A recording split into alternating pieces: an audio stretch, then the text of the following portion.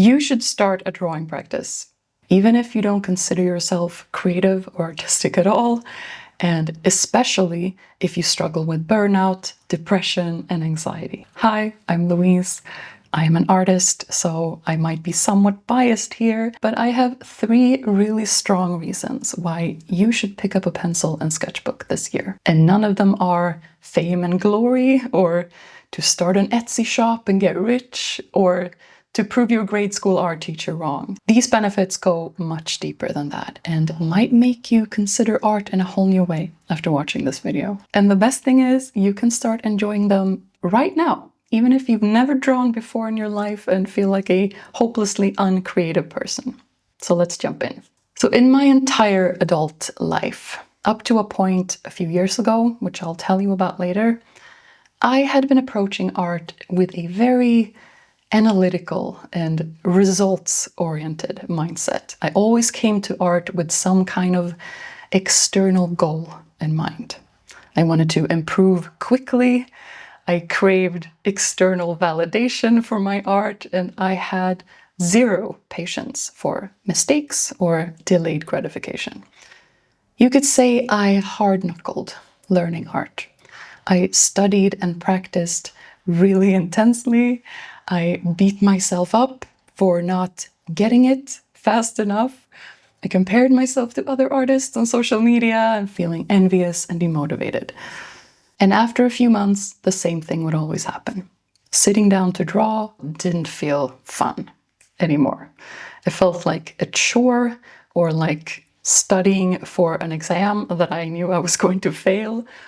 And so I quit and would feel almost relieved to be rid of it, while still also secretly longing for it. What I realized a few years ago, and what finally allowed me to stick to my art practice long enough to actually get anywhere with it, is this. And these are the 3 reasons I believe you should consider making art a part of your life. Reason number 1, drawing is healing. Making art is actually healing in a very real and studied way. When we are engaged in a creative activity like drawing, it activates the right side of our brains. That's the home of emotion, creativity, intuition, and visual processing. And whenever the right side of our brain is more active, the left side of our brain, which is the home of language and logic and critical thinking, can rest for a while. Now, it's a common misconception that these parts of our brain are in competition with each other and that we are either in our left brain or our right brain. That's not the case. Both parts of our brain always work together, and they have to. But left brain thinking, no matter how important and useful it is to us, is also responsible for a lot of stress and anxiety, for overthinking and catastrophizing and nitpicking and critiquing. So we can actually think of creative activities as a way to balance this part of our mind a bit and give us a break from the negative aspects of it. This is what I experienced when I was in the midst of burnout and depression a few years ago. I couldn't work. I was mentally and emotionally exhausted and hypersensitive. I panicked about what to do with my life and where the world was heading, and I was so much in my head about everything. And so I turned to drawing as a last resort to calm down and to do something with my hands away from the screen and just ground myself in physical reality for a while. And it worked. It turned everything around for me. It's what made me commit to art and make it my livelihood the way it is today. But it started out and still is a form of therapy and anti-stress medicine for me. Making art has been shown to lower our cortisol, which is our stress hormone. It makes us more present, both in the world and with our own emotional state. It can help us process trauma and express emotions that are difficult to put into words. It can put you in a meditative state or a flow state, which is a mental state where we are very focused and present and getting direct feedback that helps us master difficult challenges.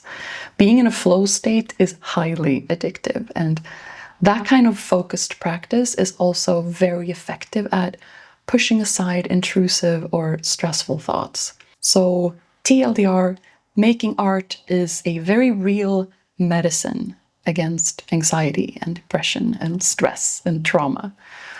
And the important thing to note here is that these effects happen regardless of your skill level and experience. So drawing is just as healing for a complete beginner as it is for a skilled professional. All right, moving on to reason number 2.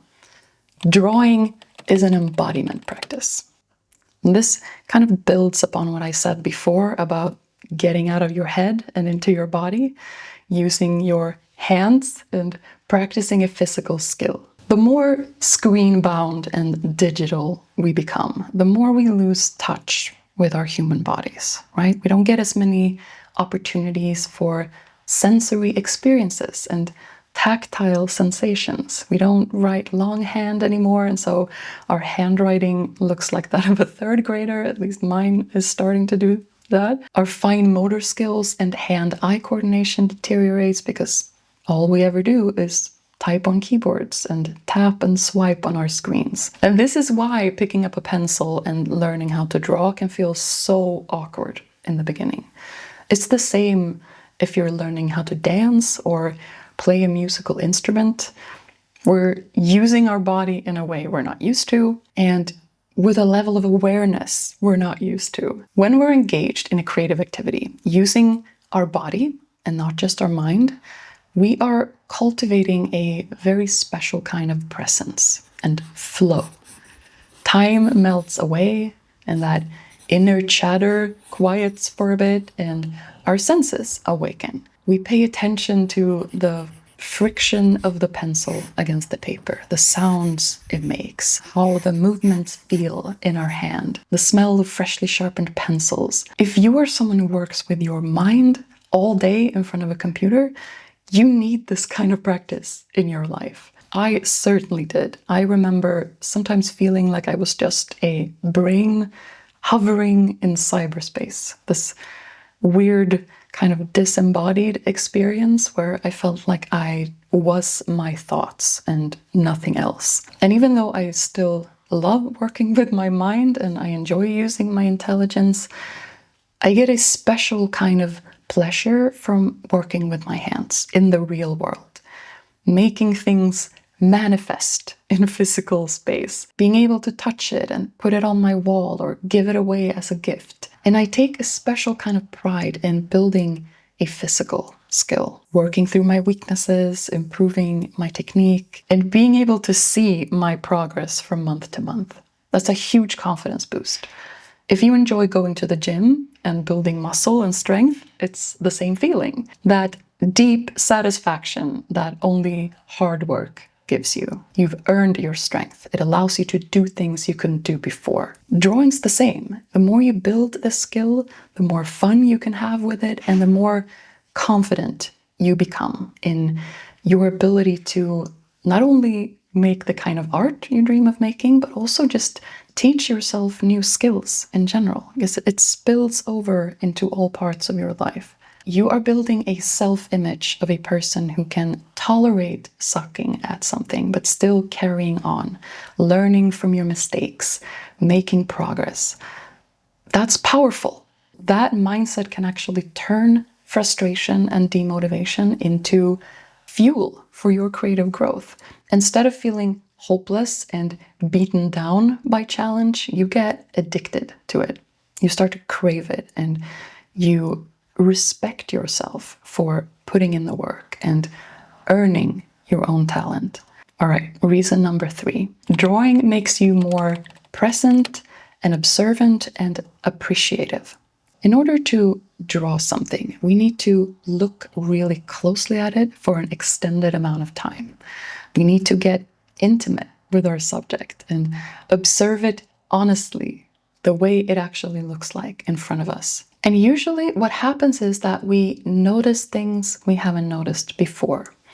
We see more beauty and nuance. which sparks our curiosity and wonder. And those are feelings some of us haven't had since when we were kids. And we could all benefit from a little bit more wonder and curiosity and gratitude in our lives, especially in these current times of chronic distraction and the devaluation of everything from art to nature to humanity. Art is a devotional practice because attention is a form of devotion. When we really look at something, we start to value it more. And art is an expression of that value. So a drawing of something is kind of a love letter to it. That's what my art is. It's a whole bunch of love letters to birds and animals and nature. For me, it's a way to translate my own fascination and love into physical artifacts. And for the people who appreciate my art and maybe even buys my art, it's a reminder of those feelings and values in them as well. That's the very purpose of art, to communicate emotions and stories and meaning to each other. What you notice and care about is an extension of who you are. We all have this innate drive to be seen and heard and accepted for who we are. We want to express ourselves and maybe communicate about something important to us, or just make others see things the way we see them. And drawing lets us do that in a very relaxing and pleasurable and fulfilling way.